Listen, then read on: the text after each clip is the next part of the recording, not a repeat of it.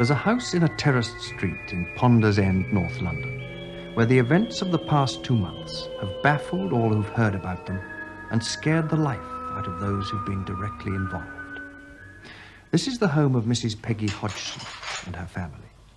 At the moment, the children are being looked after by relatives because Mrs. Hodgson is ill in bed. The sequence of bizarre happenings which unfolded round these children and their mother in September have made the walls of the house rattle with the impact of flying objects and the sound of mysterious knockings. Soon a second family was drawn into the action, the next-door neighbours, Peggy and Vic Nottingham. We'd been sitting listening to the knocking, and the woman next door, she called me in. We couldn't make out what it was. I heard the knocking as I walked in the front door, but I went all over the house, checked it, checked the walls, checked everything. Just couldn't make out what it was. So in the end, I thought to myself, well, there's only one thing. I'll call the police. One of the 2 police officers sent to investigate made the following remarkable statement about what they heard and saw in this living room. There were 4 distinct taps on the wall, and then silence.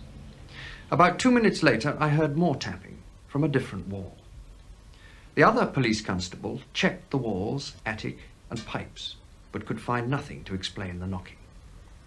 The eldest son of the family pointed to a chair next to the sofa. I then saw the chair slide across the floor. It moved approximately 3 to 4 feet and then came to rest. I checked the chair, but could find nothing to explain how it had moved. The police definitely wanted to get out of the house. How could you tell? Dave was as frightened as I was. And then the second night we went back in there again, and we got the same reactions again. We got this knocking. And then this here Lego. I witnessed a box of Lego underneath a chair, but I walked into the room. As I walked into the room, the Lego began to fly. But where it was coming from, I don't know. One piece hit me on the arm. And did it hurt? Oh, it brought a lump up. It caught me on the elbow, and it brought a lump up. And as I one say, tiny little piece? One tiny little piece of Lego. Now, it's not much bigger than 3/4 inch. But it caught me on the elbow. And as I say, it brought a lump up.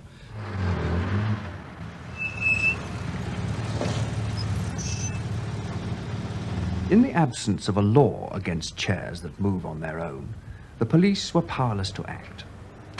So the neighbours called in the man from the Society for Psychical Research. Maurice Gross is an inventor who devotes his leisure to investigating the supernatural. Since coming on the case, he's made several recordings of what he says are unique examples of a poltergeist in action. Tapes can, of course, be faked, but in this one, recorded in a bedroom after the family had gone to bed, the reactions of the Hodgson children to some very strange occurrences seem totally genuine.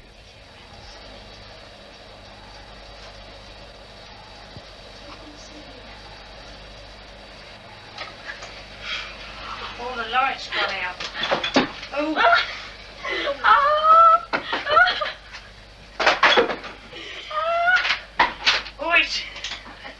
It's thrown the lamp on the head. right way across the room and pulled it out of the socket. Quick, turn the lamp off. The light plug was pulled from the socket 3 times after that. Then, after a period of watching and waiting, something even stranger happened. Who's that shaking the door? Oh. What's on there? Mum's laughing. Oh, what's that? The slipper was thrown across the room and hit Oh, the door not my one. as I was holding the door. My one. The white slipper hit the door as I was holding the door. He hit me on the leg. Where's the other one? The other one's over here. What sort of a case is this in your experience? Well, I think this is probably the best case this century. In fact, as far as documentation is concerned, it may be the best case of all time. What special aspects make it so? Well, the entity itself has been very, very violent at times, and of course the witnesses and the documentation have been excellent. The violent things I've seen happen are the the furniture moving, the furniture being thrown upside down. In fact, one night I was standing here, there were about 11 or 12 people in the room, and I was standing talking to one of the members of the family, and in front of the settee, and the settee went straight up in the air and turned upside down, right in front of me, no more than a foot away from me. What particular tape stands out in your mind? Well, I think one particular tape that stands out in my mind is the incident where I was communicating with it quite a long while, very seriously, and then something happened which was very funny indeed. Knock. 1 for no and 2 for yes. Are you a male spirit? 1 for no and 2 for yes. 2. That's 2. You are a male spirit. Did you used to live in this house? You did. Was it more than 50 years ago? Yes. Did you die in this house? Did you pass on? You did pass on in this house. Now, why are you here? Are you unhappy? You're not unhappy. But why are you here?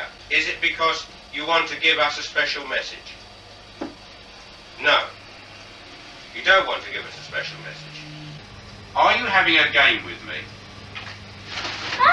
Oh, right. Oh, crumbs. As I asked the question, are you having a game with me? It threw the cardboard box and the pillow right in my face. Well, thank you very much. That was a very good answer.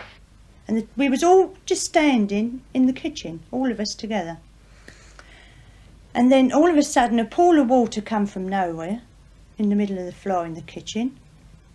And then we heard the toilet chain pull. And there was no one at all out in the toilet. We was all in the kitchen. And the door opened in the toilet. Then the chain went. And as we walked out there, the toilet brush came from the thing what it was in, the container. And the brush just come up and settled on top of the toilet. Just like that, as if someone had just got in there, pulled the chain and then took the brush up and to wash the toilet. And the doors, well, and then the bathroom door opens and the kitchen table has just tipped up.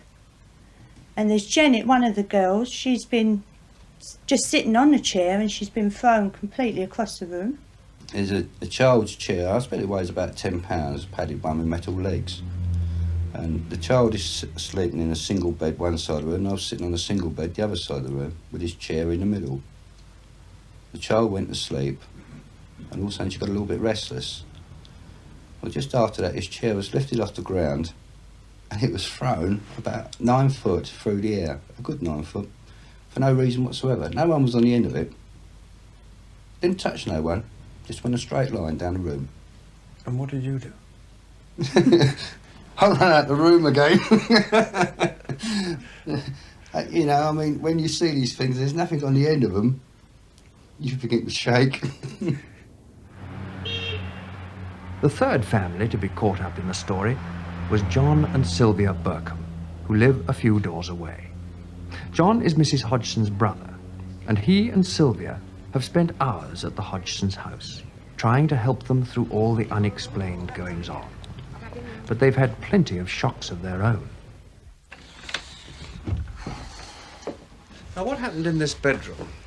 Well, I heard a noise downstairs. I come up, and there was the eldest girl on the floor. But the other one's missing. So I look under this bed, I look under this one, and as I stand up, I see it. There she is, across this radio, one leg in the air, and her head hanging down. Just to prove that I wasn't mad, I yelled for my wife to come up to see what I have just seen. But she was asleep. As a roof repairer, Vic Nottingham is used to tall stories. But he never thought he'd play a leading role in one like this. I've got one chap at work, for instance, and he says to me, how's your ghost getting on? Now, I mean, it's no good talking to a chap like that. because he's got no reaction on it whatsoever. He thinks that I'm going round the bloody bend, like, you know what I mean? But Do you think you are? well, I was straight. I mean, I'm 44 and I've never witnessed anything like it before in my life. But the only thing that worries me, see, being a roofer by trade, is beginning to get on top of you. Your nerves begin to shatter a little bit. In every story of things that go bump in the night, there are two possibilities. One, that it's a hoax. Two, that there's something going on beyond the grasp of the human mind. If this is a hoax, it means that some of the 17 people who've seen things have been playing an elaborate and twisted joke on the others. If it isn't a hoax, it means that either those 17 people have all been having hallucinations, including the police, or this is the best documented ghost story of all time. Can you tell me why you are upsetting this family? Is it because you enjoy doing it? You do enjoy doing it. Well, I suggest that now you've got... Now, what does that mean? Why have you done 3 knocks? Now, I ask you the question again. 2 knocks for yes, and 1 knock for no. Now, yes, that's right, you understand. Now, do you enjoy upsetting this family? You do? Well, now, will you please go away?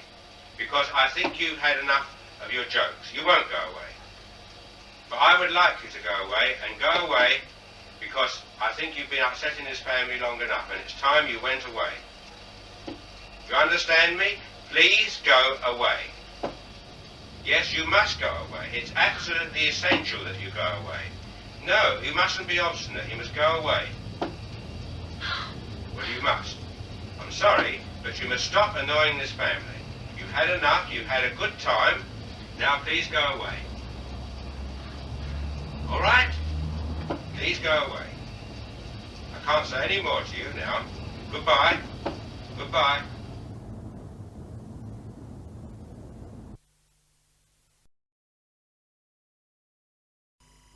These teenage sisters believe they're haunted by a poltergeist. I was going to ask the same question as I asked earlier. How many voices are there? 600. 600 the voices. I know the joke. How many really are there, Margaret? I think so far we've had 10 3. Sensible voices, but the rest of the names are absolute rubbish.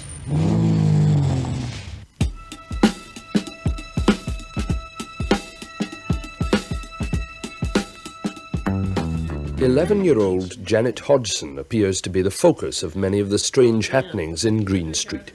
But they also affect her 14-year-old sister, Margaret, and their younger brother, Billy.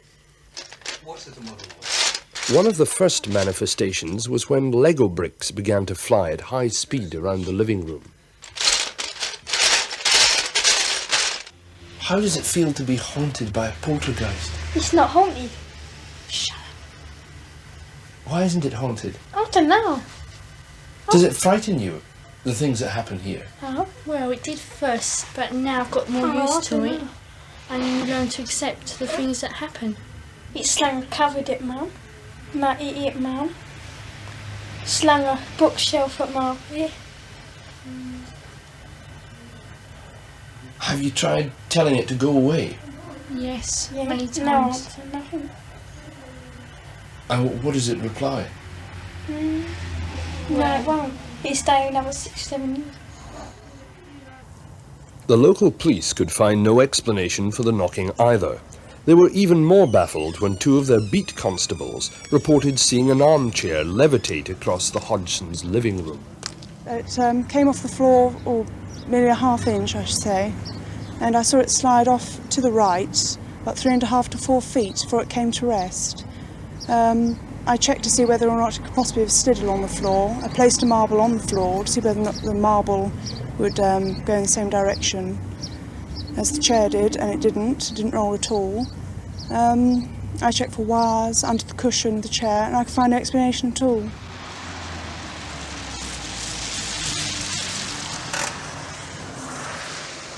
Maurice Gross is an electronics engineer and an investigator for the Society for Psychical Research. Over here was Janet, and over here, in this bed here, was Margaret. It was in the same bedroom a month later, with all the family present, that Maurice Gross first challenged the poltergeist to talk. And this was actually the result. You'll hear here the whistling first of all, and then the barking. And here is this noise.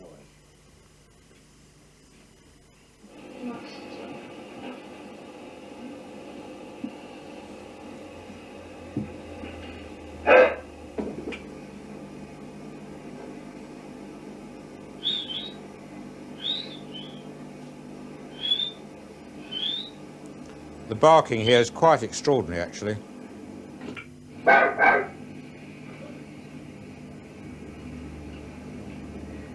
We got a dog in here.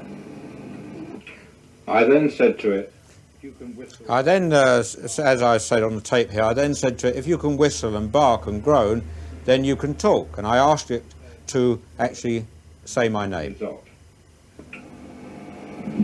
Johnny. Well, just a minute. Right, we'll try again. I want you to call out my name, my complete name, Maurice Gross. See if you can do that.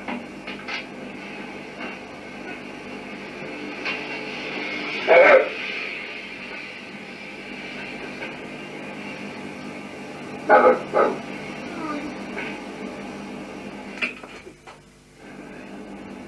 Very good. Let me hear you say my name again. Come on, let me hear you say my name.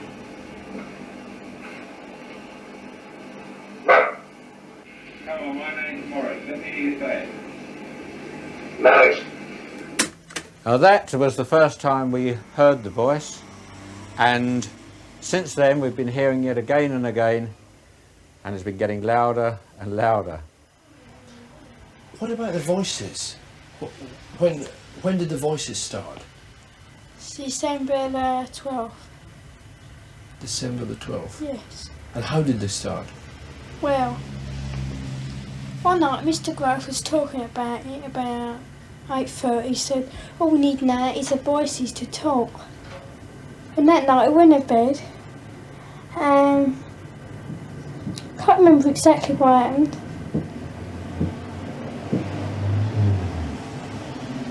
And What's that knocking? yeah, Can hear it now. I was doing that yesterday morning, and Peggy was on her own. So she come in to us, because it wasn't her, she come in. We sat together and we heard it. And I counted down my knocks and there was 14 altogether. And it's doing it again now. That was 3 knocks just now. Yes, it goes in 3s and 2s. how we first got contacted, this was when Mr. Gross said, if there's anyone there, knock twice for yes, and if not, 1 for no. I wonder if we did that now, whether it would answer. Is anybody there?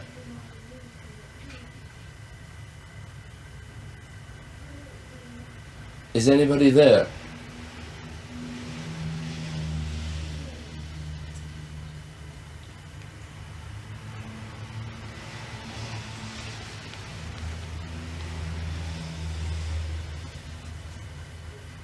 Nothing. No. It doesn't always do it to order. No, it doesn't. It goes in spasms. Like we're talking now. It may not now, after you've said that, but it won't do it when you want it to, straight away. No. What about the voices? They sometimes say things and make answers. Is that the voice now?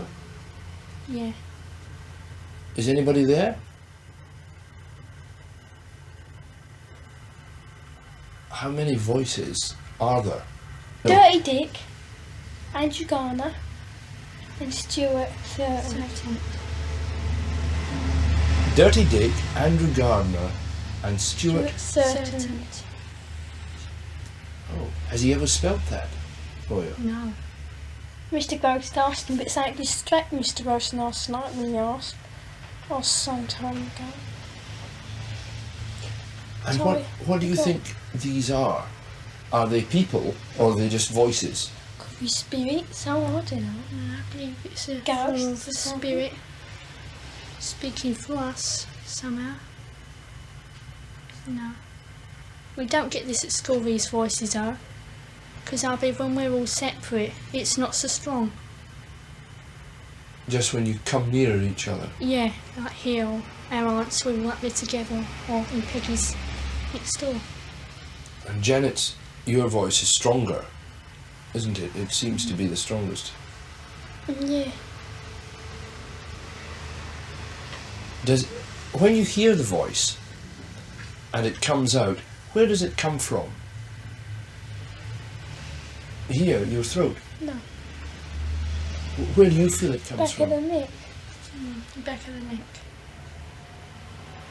And so it must be as if it's somebody else speaking then, when you hear Yeah, it. behind us. And do you get the feeling when you hear the voice that there is a person there? Yes. Yeah. And do they tell you much about themselves? Not really, no. They just tend to growl and... Play around and sort of joke and be silly. No. I wonder, do you think there's anyone there just now? Yeah. I do. Who's that? What? Who's that, Janet? Pardon? Stuart Certain. Stuart Certain, and he's one of the voices. Yeah. Why do you think he comes and speaks through you? To annoy us. Does he ever say anything nice? Well. Don't know really. Shall we Says- try and speak to him? No. We'll see if he'll speak to us. Yeah. Is anybody there? No, no. Who's there? Doctor Who. Doctor Who?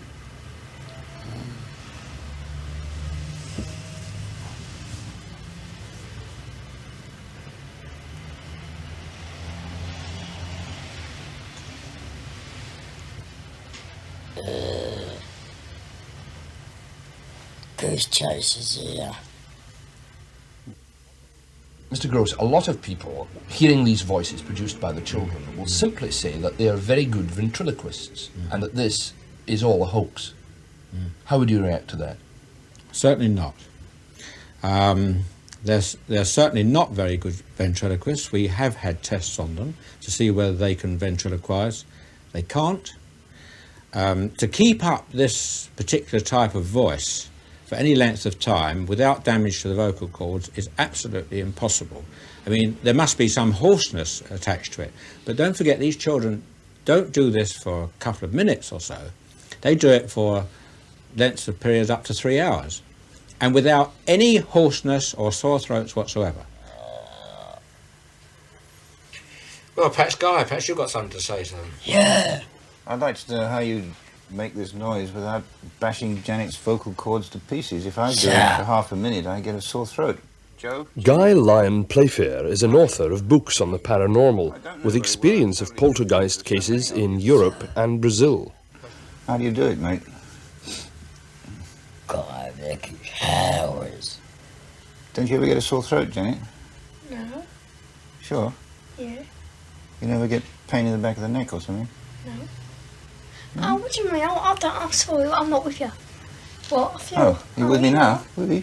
Sensation in the back of the neck. Yeah. Well, tell us about that. I don't know how to No, tell me explain about that. You get it? Do you get it now? It's buzzing in the When back of you the neck. talk, yeah. Do you feel it vibrating as if it was sort of No, like someone someone got what? their hand on the back of my neck like that. Poltergeists seem to thrive on an atmosphere of tension that is partly sexual. The fact that most of the focuses are adolescents seems to contribute to the mischievous nature of the effects, leading some to suggest that the kids are faking or enjoying a laugh at the expense of the investigators. But to create all the bizarre effects that went on in this house either involves a gigantic conspiracy with the neighbours or a disruption in our laws of mind and matter.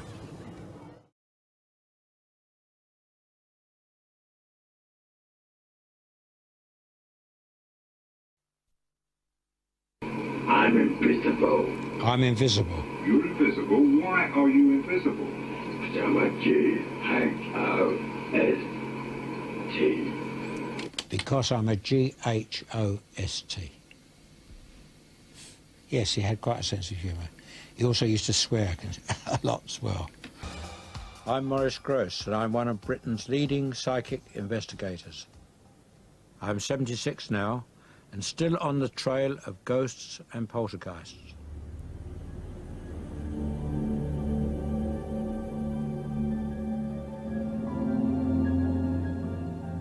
In 1977, I led a team which investigated what is now regarded as the world's most famous poltergeist case, the Enfield poltergeist.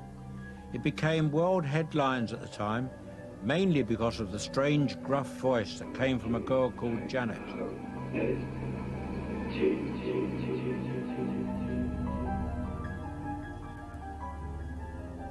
Hollywood soon got in on the act, and the makers of several box office hits acknowledged a debt to my case in Enfield.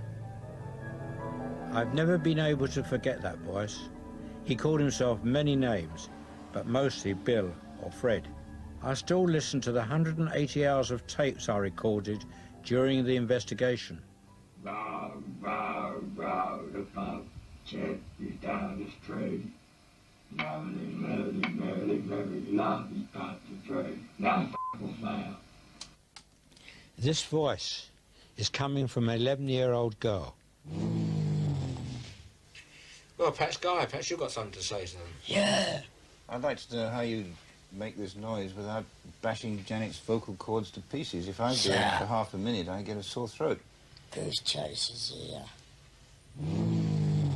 And we found that on analysis, the voice was not made by the larynx, the voice box, but by the false vocal fold, which is above the larynx. And you only use that when you lose your voice and you talk like that.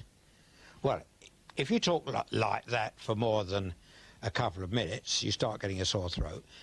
Talk like that for 5 minutes or so and you're going to start doing damage to your throat. And yet this voice used to speak up to 3 hours at a time. Not continuously, of course, but up to 3 hours at a time without the girl showing any distress at all. Absolutely remarkable. The voice was just part of it. The girl levitated, going from horizontal to vertical in a sixth of a second. Furniture was thrown around the rooms. The house was swarming with journalists. But after 4 days, they were baffled and frightened and called my team for help. A policewoman gave a sworn affidavit of the extraordinary activity she witnessed. Even the ghost chipped in. The death certificate confirmed the truth of what the ghost was saying. Many objects materialised out of thin air. Spoons were bent. Fires broke out spontaneously in the impoverished family's home. The family had to endure practically every known phenomena in a poltergeist case. They were traumatised. They didn't benefit financially and were ostracised by many of their local community. The Enfield poltergeist menaced that family for 18 months. It nearly destroyed their lives. I'm going back to see them for the first time in 20 years. Janet, the girl at the centre of it all, prefers to remain anonymous, but I spoke to her mother and sister. Well, here I am at this famous house in Enfield, and here you see Margaret and her mother, who were very, very involved in this case. You remember the day I first came? Yes, I remember, Mr. Gross, and you was on the case ever since then, onwards, and you saw everything and took note and explained to us You remember when the reporters and journalists were here, how did they carry on? I could see the fear in some of their faces also, and they probably could sense that we was dead scared and wanted to run out any minute. I know I did. My sister did, I know that. I remember one of them came in and he explained to me that I'd got a poltergeist in the house. And I said, what on earth's that? And I nearly fainted when he told me. I didn't even know what it was. In fact, I don't think any of us did. And we couldn't even say the word poltergeist until Mr. Groves from Psychical Research explained how to say poltergeist. That's me. and also what it actually meant in, was it German? Was it? Yeah, poltergeist, noisy spirit. In the meaning of it. Also, yeah. which he explained to us. What do you say to people who say to you, with you children playing around, what do you say about that? I say that's a matter of opinion. If you haven't experienced it, you're going to say that. But it did really happen. It upsets me deep down to think that they can't give us an open mind, the ones that just put it down completely.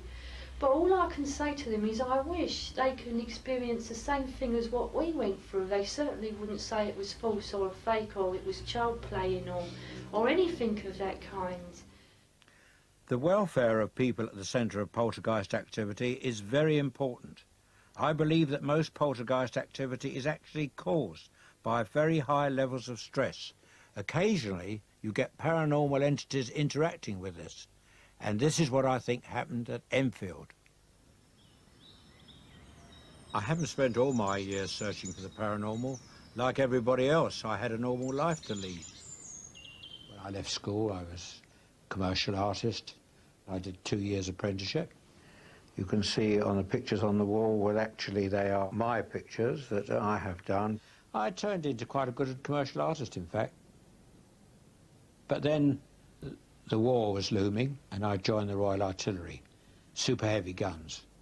We had to make a hasty retreat back to Dunkirk, with of course thousands of other troops. And we were bombed and blitzed to hell there. It really was rough going.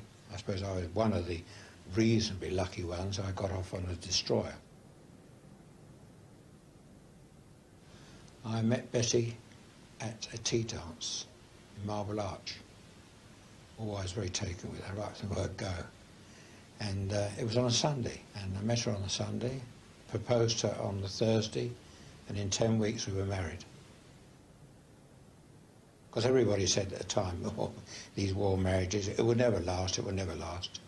Well, I don't know, perhaps it won't. I mean, it's only 51 years now, so I suppose I think I can say it lasts. We've had a good life.